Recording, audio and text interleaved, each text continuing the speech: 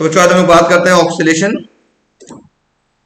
इस चैप्टर में पहले तो हम आपको दिखा दें कि आपको पढ़ना क्या क्या है, उसके बाद हम लोग बात करेंगे सिलेबस आपके पास क्या क्या कह रहा है पढ़ने के लिए। सबसे बोल रहा पीरियोडिक फंक्शन क्या होता है, पीरियोडिक मोशन क्या होता है, ठीक है, टाइम पीरियड क्या होता है, फ्रीक्वेंसी क्या होता है, displacement as a function of time, periodic function and their applications, periodic function और उनके एप्लीकेशंस बताने हैं।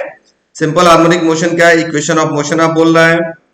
फेज क्या होता है, oscillation of loaded spring, restoring force, force constant, energy in SHM, kinetic energy, potential energy, simple pendulum and derivation of its time period, simple pendulum का time period का derivation, that's it, काम खत्म। ठीक है, बहुत बड़ा तो नहीं है लेकिन समय रहेगा तो हम लोग अच्छे से कवर करेंगे। ठीक है, तो आज स्टार्ट करते हैं हम लोग ऑक्सीलेशन के अंदर। सबसे पहले हम बात करते हैं पीरियोडिक मोशन क्या। ठीक है बच्चों, सबसे पहले हम लोग क्या बात करते हैं, periodic motion.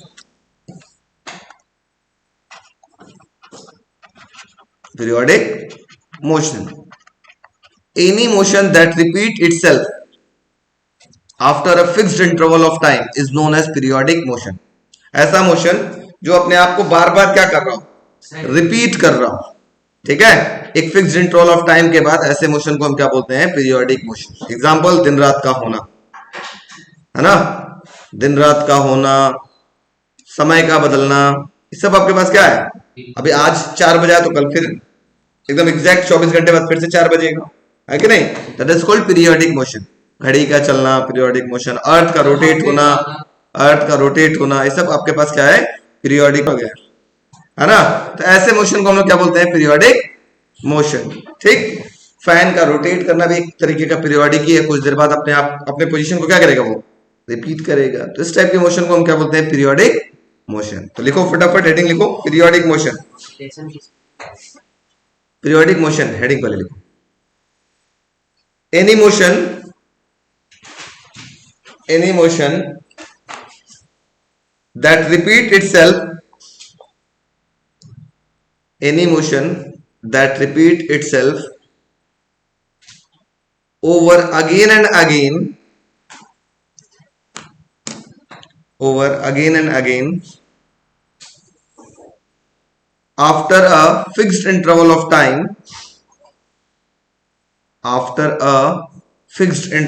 time, is called periodic motion। is called periodic motion। yes, क्या ये periodic motion है? यस, क्योंकि ये एक ऐसा मोशन है जो एक पर्टिकुलर इंटरवल ऑफ टाइम के बाद अपने आप को क्या कर रहा है, रिपीट कर रहा है। तो that motion is also known as periodic motion. अगर मैं चाहूं तो इसकी स्पीड बढ़ा दूं, क्या ये पीरियोडिक मोशन है? Yes sir. मैं इसका अगर व्यू चेंज कर दूं, थोड़ा सा व्यू चेंज करने का मतलब है मैं दिखाऊं आपको कि ये बॉल कैसे घूम रहा है, एकदम साथ साथ चल रहा है कि नहीं। ये देखो, मैं आपको व्यू चेंज करता हूं, ये देखो, दिख रहा है ना, साथ साथ चल रहा है ना। मैं स्पीड बढ़ाऊंगा तो भी एकदम साथ साथ ही चलेगा। देखो तो ये भी आपके पास क्या है, एक पीरियोडिक मोशन है। बात समझ में आ गई। Any motion that repeat itself after a fixed interval of time is known as periodic motion. Video वाला बच्चों क्लियर है? यस नो बोलो बच्चों। नेक्स्ट हेडिंग लिखिएगा, oscillatory motion, OSCILLATORY, oscillatory motion.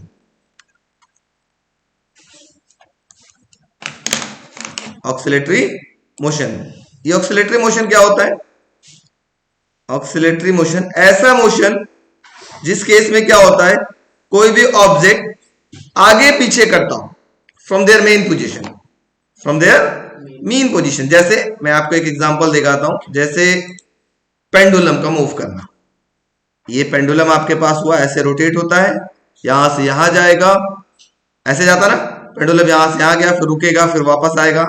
ये क्या कर रहा है, टू एंड फ्रो मतलब समझ रहे हो, टू मतलब आगे और पीछे होता है, from their mean position, is known as oscillatory motion. इसको हम क्या बोलते हैं, ऑक्सीलेटरी मोशन। ऑक्सीलेशन कर रहा है, आगे गया, पीछे आया, फिर आगे गया, फिर पीछे आया। घड़ी में भी आजकल ऐसा कुछ पेंडुलम टाइप का लटका हुआ आ रहा है, देखा होगा आगे पीछे। तो इस टाइप के मोशन को हम क्या बोलते हैं, ऑक्सीलेटरी मोशन। या आजकल एक चेयर देखा होगा, भूतहा चेयर, जो भूत वाली मूवी में देखा होगा, ऐसे भूत टाइप ऐसे ऐसे घूमता रहता, चर चर चर चर घूमता रहता ना, वो भी आगे पीछे कर रहा है फ्रॉम देयर मीन पोजीशन। वो भी क्या कहलाएगा आपके पास, oscillatory motion. Any motion in which to and fro motion of an object to and fro मतलब समझ रहे हो, आगे पीछे अगर मोशन हो रहा हो तो that type of motion is known as oscillatory motion. तो लिख लो फटाफट, हेडिंग लिख लो oscillatory motion. If a body moves, if a body moves back and forth, BACK, back and forth, FORTH, आगे और पीछे, back and forth repeatedly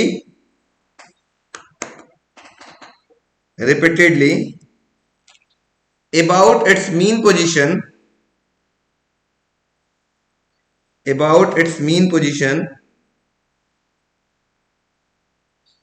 its motion is said to be oscillatory or vibratory motion. Its motion is said to be oscillatory or vibratory motion. Its motion is said to be oscillatory or vibratory motion. हो गया? चलो अब बात करते हैं very important point, जिसको हम बोलते हैं पीरियोडिक फंक्शन।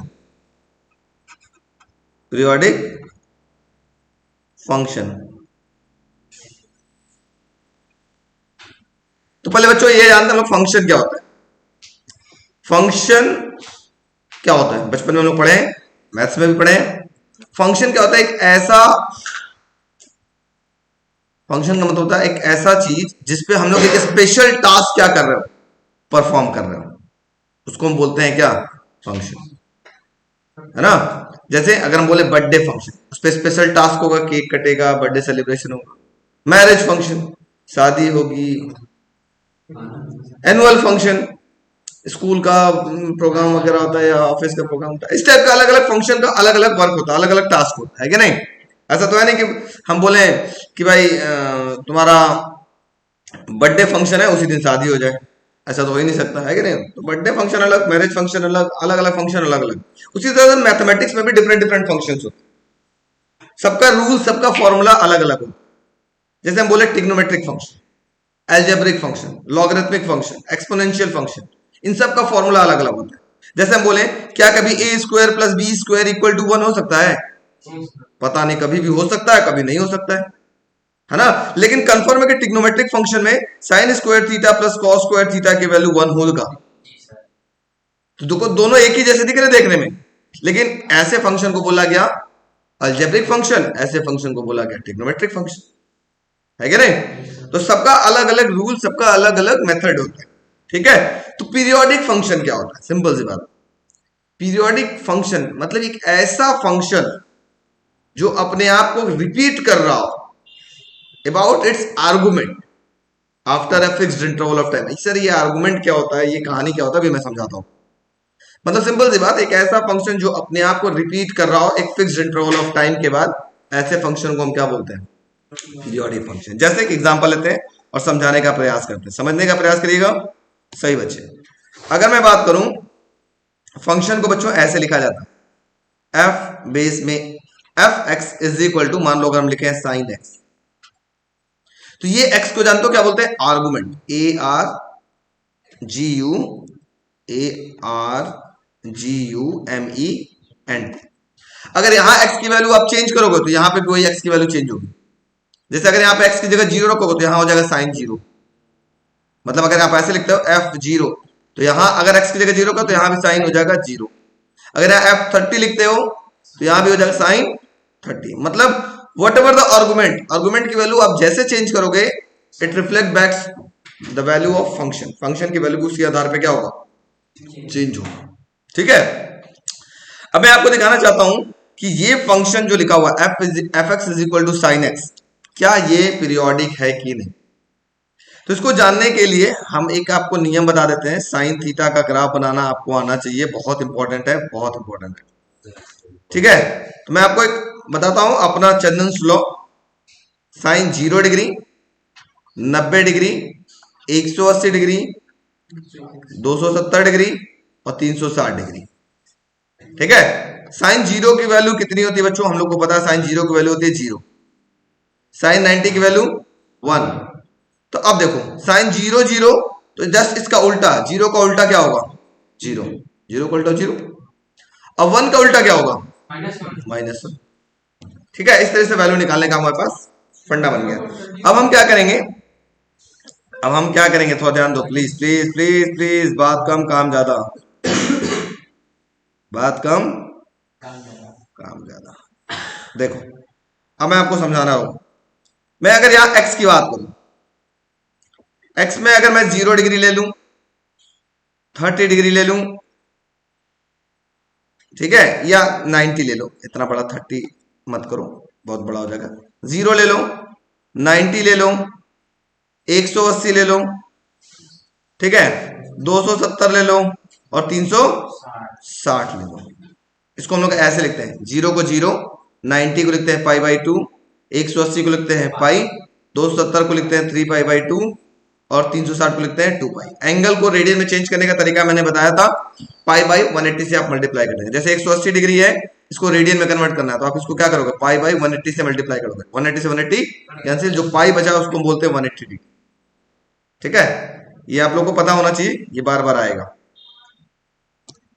चलिए, तो हम लोग बात करते हैं साइन की वैल्यू। अब यहां पे लिख लेते हैं हम लोग साइन एक्स। अब अगर x की जगह 0 रखा तो साइन 0 की वैल्यू क्या मिलेगी बच्चों? देखो 0 मिली। साइन 90 की वैल्यू कितनी मिलेगी बताओ? साइन 90 की वैल्यू कितनी है? 1। साइन 180 की वैल्यू कितनी है? 0। साइन 270 मतलब 3π/2 की वैल्यू कितनी है? -1। और साइन 360 की वैल्यू कितनी है? फिर से 0। ठीक है, आगे चाहो तो आप आगे और निकाल सकते हैं। 360 के अलावा फिर आता 450, है ना? 450 के बाद क्या आता? 540। 90 जोड़ते चले जाओ प्लीज, बात कम बोले ना, बात कम और काम ज्यादा। अब देखो, अब आपको क्या करना है पहले समझो। ये हो गया 0। अब यार साइन की मैक्सिमम वैल्यू क्या दिखाई दे रही है? मैक्सिमम वैल्यू कितनी दिखाई दे रही है? मैक्सिमम 1। साइन की मैक्सिमम वैल्यू 1 और मिनिमम वैल्यू -1। तो ये हो गया साइन की मैक्सिमम वैल्यू 1 और मिनिमम वैल्यू -1। ऐसे लिख लिया, ध्यान समझिए। फिर क्या करता हूं, एंगल लिखता हूं। 0 था, उसके बाद 90 डिग्री π/2, उसके बाद 0 के बाद π/2, π/2 के बाद पाई, पाई के बाद 3π/2, 3π/2 के बाद 2π। ठीक है, अब इसका ग्राफ प्लॉट करते हैं, थोड़ा ध्यान देते हैं कैसे आएगा, किसको किसको समझ में आ रहा है। देखो 0 पर 0, साइन 0 की वैल्यू 0, मतलब ग्राफ यहां से स्टार्ट हो, है ना? फिर 90 पे कितना हो गया? 90 पे 1, तो 90 यहां है और 1 यहां, इसके सामने एक डॉट लगा लेंगे और ये ग्राफ ऐसे चला जाएगा। सीधा ऐसे नहीं जाएगा, ऐसे घूमते हुए जाएगा। समझ में आ रहा ना? हाँ। फिर 180 पे क्या हो गया? देखो 180 पे फिर से क्या हो गया? 0। 180 पे हो गया 0। फिर 270 पे क्या आया? -1। 270 यहां है, -1 नीचे है, एक पॉइंट लगा लेते हैं। 270 पे -1। 360 पे फिर क्या हुआ? 0। 360 पे 0। अगर हम इसी को थोड़ा सा और आगे बढ़ा लेते, मान लो मैं आगे भी आपको बढ़ा के दिखा देता हूँ कैसे हो। मैं आगे भी आपको इसको बढ़ा के दिखा देता हूँ।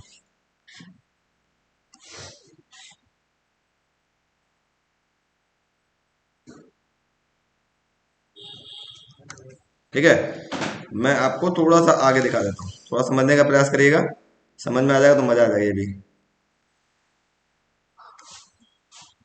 मैं इस टेबल को थोड़ा सा एक्सटेंड कर देता हूँ और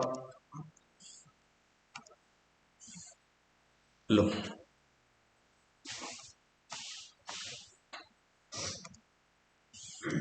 मैं इसमें थोड़ा सा और एंगल बढ़ा लूं।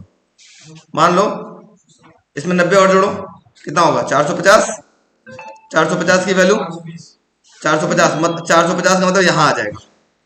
इसकी वैल्यू कितनी है? साइन 90 की वैल्यू कितनी है? 1। 450 की वैल्यू 1। फिर 90 और जोड़ दो, 540। अरे 9 का पहाड़ा पढ़ो, को आता भी नहीं कहा कुछ। तो अब 540 कहाँ आएगा? यहाँ पर आएगा। 540 की वैल्यू 0। फिर उसके बाद कितना आएगा? 630। 630 की वैल्यू कितना आएगा, यहाँ आ जाए 630 कितना हो गया -1, फिर 90 और जोड़ दो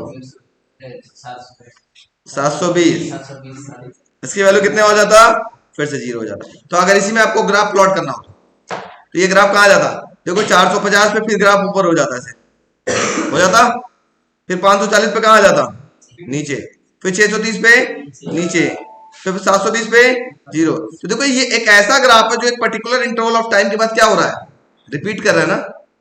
ऐसे ही फंक्शन को हम क्या बोलते हैं, पीरियोडिक फंक्शन।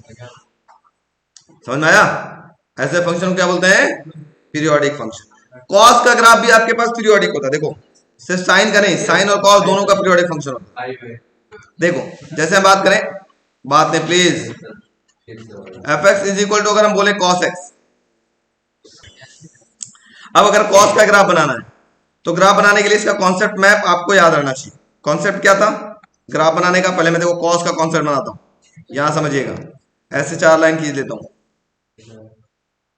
ठीक है, 0 degree, 90 degree, 180 degree, 3π/2 and 360 degree.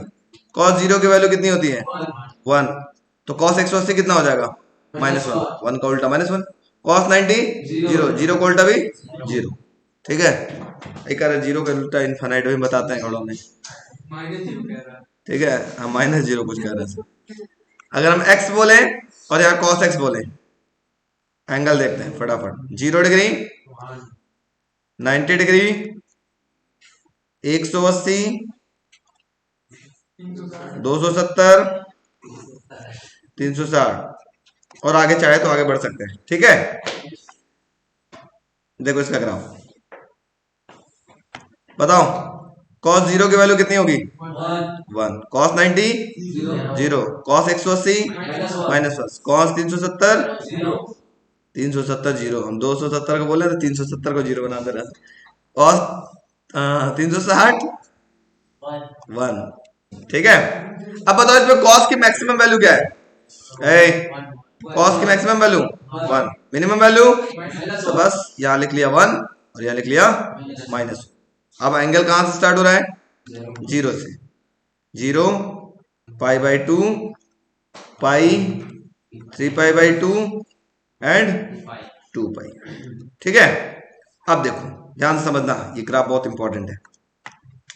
cos 0 की वैल्यू 1, मतलब 0 पर 1, इसका मतलब ग्राफ यहां से स्टार्ट होगा, 90 पर 0, 90 पर 0, ठीक है। 180 पर -1 यहां है और 180 यहां है, 180 पर -1, ठीक है। 270 पर 0, 270 पर 0, 360 पर 1 यहां है, 360 यहां है, इसके ठीक सामने एक डॉट लगाएंगे और ऐसे बना देंगे। ये हो गया कॉस का ग्राफ। ये भी क्या आपके पास कुछ देर बाद ऐसे रिपीट करता हुआ चलेगा ऐसे, that graph is also known as periodic function. Why, because this graph also repeats its after a fixed interval of its argument समझ रहे हो, ये चेंज हो रहा है, ये चेंज हो रहा है, तो इसके अलावा तभी इसकी पूरी की पूरी वैल्यू क्या हो रही है, चेंज हो रही है, हाँ। तो आर्गुमेंट अगर चेंज होगा तो पूरी की पूरी फंक्शन की वैल्यू भी क्या होगी, चेंज हो जाएगी। इसी को हम लोग क्या बोलते हैं, पीरियोडिक फंक्शन। चलो लिखते हैं फटाफट, हेडिंग लिखो, पीरियोडिक फंक्शन, 10 का नहीं जरूरत है, देखो periodic function heading, any function